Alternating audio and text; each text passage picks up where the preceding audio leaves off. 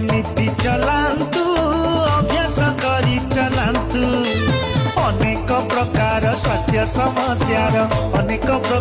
स्वास्थ्य समस्यार दूरीकरण करांतु हो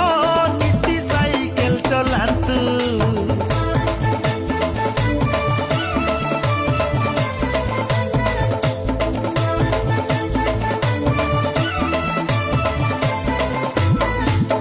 प्रतिदिन जदि 30 मिनिट साइकेल चलेब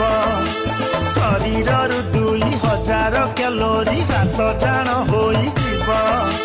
मेदबहुलता कमिजिब धीरे ओजन ठीक रहिब